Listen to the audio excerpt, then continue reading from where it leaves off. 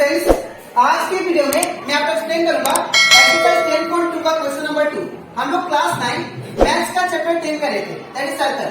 इसके पिछले वीडियो में मैंने आप लोगों को चैप्टर 10 का बहुत सारा थ्योरम कराया था और इसी के साथ साथ मैंने आप लोगों को दैट इज एक्सरसाइज 10.1 का जितना भी क्वेश्चन था वो भी सारा एक्सप्लेन कर दिया। ठीक है, तो अगर आपको सारा क्वेश्चन अच्छे से सीखना है तो आप लोग उसको मेरे यूट्यूब चैनल में देख सकते हो। ठीक है, इसी के साथ साथ अभी तक मैंने क्लास 9 मैथ्स का chapter division, chapter 1, chapter 2, chapter 3 and chapter 4 and chapter 6 and chapter 7 and chapter 12 and chapter 14 इन सभी चैप्टर का जितना भी एक्सरसाइज क्वेश्चन था और जितना भी एग्जाम्पल क्वेश्चन था वो सारा मैंने आप लोगों को एक्सप्लेन कर दिया। ठीक है, तो अगर आपको सारा क्वेश्चन अच्छे से सीखना है तो आप लोग उसको मेरे यूट्यूब चैनल में जाकर उसको देख सकते हो।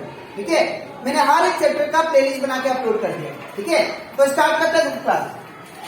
यहाँ पे हम लोग को एक्सरसाइज 10.2 का क्वेश्चन नंबर 2 में दिया गया है, prove that if chords of a congruent circle subtend equal angle at their centre then the chords are equal. आपको ये बोला जा रहा है कि सबसे पहले आपको दो कॉन्ग्रुएंट सर्कल दिया गया है। ठीक है, अब दो कॉन्ग्रुएंट सर्कल का मतलब क्या होता है?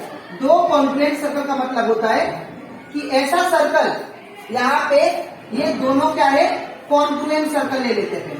ठीक है, अब ये दोनों सर्कल आपस में कॉन्ग्रुएंट है। क्यों?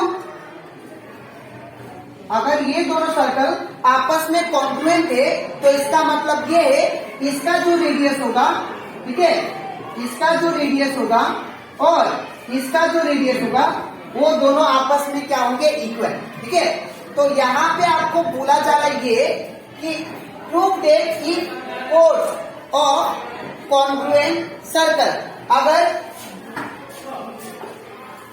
कोड इन दोनों कॉन्ग्रुएंट सर्कल का जो कोड है दैट इज मास। तो यहाँ पे दिया गया हम लोग को प्रूव करना है कि आपको यहाँ पे दो सर्कल दिया है। ठीक है, दो कॉन्ग्रुएंट सर्कल। कॉन्ग्रुएंट सर्कल का मतलब होता है कि दोनों सर्कल का जो रेडियस है वो क्या है, इक्वल है। ठीक है, तो अब हमें ये प्रूव करना है कि prove that if codes of congruent circle, अगर ये कोड हो गया कॉन्ग्रुएंट सर्कल का दैट इज ए बी और पी क्यू, अगर ये दो कोड हो गया इन दोनों कॉन्ग्रुएंट सर्कल का, तो आप लोग ये प्रूव कीजिए, prove that if codes of a congruent circle subtend equal angle at the centre. अगर ये दोनों जो है, मान लीजिए ओ बेस ये सेंटर हो गया और ये को सेंटर इस सर्कल का हो गया। ठीक है, तो हमें ये प्रूव करना है कि अगर ये दोनों कोड, ये कोड और ये कोड, दोनों जो कोड है अगर सेंटर पे इक्वल एंगल बना रहे हैं, ठीक है, तो आप लोग प्रूव कीजिए कि ये कोड और ये कोड दोनों आपस में इक्वल है। मैं फिर से बता रहा हूँ, आप लोग को दो कॉन्ग्रुएंट सर्कल दिया है, आपको ये प्रूव करना है कि ये जो कोड है और ये जो कोड है अगर इक्वल एंगल बना रहे सेंटर पे, तो ये कोड और ये कोड का लेंथ आपस में इक्वल होगा। ये आपको प्रूव करना है। ठीक है, तो हम लोग क्या करेंगे, मैं इन दोनों ट्रायंगल को आपस में कॉन्ग्रुएंट प्रूव करूंगा। ठीक है, अगर एक बार कॉन्ग्रुएंट प्रूव हो गया तो हम लोग बोल सकते हैं कि A B is equal to P Q होगा। ठीक है, आप कैसे करेंगे ध्यान से देखिए। सबसे पहले given two circle, two congruent circle, two congruent circle with centre O dash and O and O dash. ठीक है, दो कॉन्ग्रुएंट सर्कल है, एक का सेंटर ओ है, दूसरा का सेंटर ओ डैश है। ठीक है, दूसरा, अब यहाँ पे अगर ये दोनों कॉन्ग्रुएंट है तो दैट मीन्स ओ ए किसके बराबर होगा, ओ डैश पी के बराबर। ठीक है, तो therefore O A is equal to O dash P और ओ बी किसके बराबर होगा, ओ डैश क्यू का। ठीक है, ओ बी किसके बराबर, ओ डैश क्यू का। रीजन क्या लिखेंगे, that is radius of to congruent circle. ठीक है, radius of to congruent circle. ठीक है, अब इतना करने के बाद अब हम लोग क्या करेंगे, टू प्रूफ लिखते हैं। क्या प्रूफ करना है, ठीक है। तो टू प्रूफ हमें ये प्रूफ करना है that is A B is equal to P Q. ये दोनों लेंथ क्या होंगे, आपस में इक्वल। तो लिखेंगे A B is equal to P Q, ठीक है।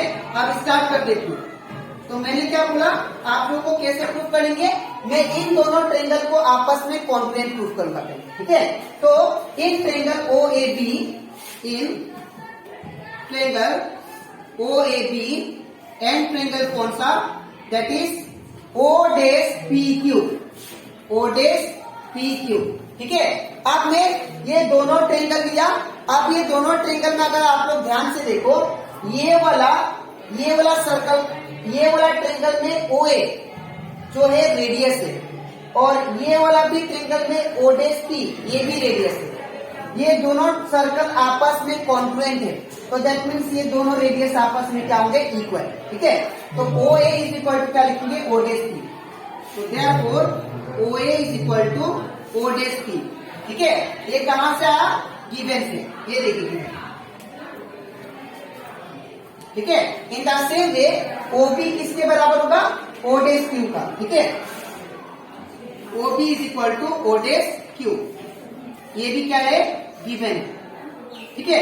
अब इतना करने के बाद अब यहाँ पे और एक चीज है, यहाँ पे एंगल बन रहा है, देखिए ये वाला एंगल और ये वाला एंगल दोनों आपस में क्या है, इक्वल है। ये क्वेश्चन में ही बोला था आपको, ठीक है।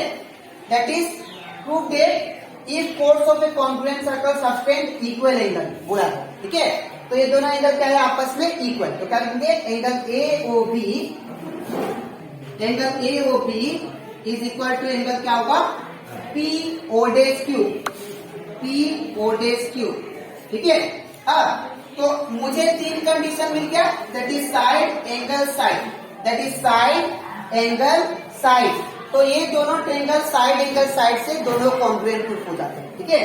तो therefore we can say triangle O A B is congruent to triangle which one, O dash P Q, ठीक है। यहाँ पे ये दोनों ट्रायंगल आपस में क्या हो गए, कॉन्ग्रुएंट। तो देयरफॉर हम लोग क्या लिख सकते हैं, दैट इज बाय कौन सा रूल, यहाँ पे साइड एंगल साइड कॉन्ग्रुएंसी से, ठीक है। तो by side angle side congruency, ठीक है। तो ये दोनों ट्रायंगल आपस में कॉन्ग्रुएंट हो गए। तो therefore we can say, therefore यहाँ पे ये वाला जो है, अगर दो ट्रायंगल आपस में कॉन्ग्रुएंट होते हैं तो मैंने आपको सिखाया था उसका कोरेस्पॉन्डिंग साइड भी आपस में क्या होते हैं, इक्वल, ठीक है।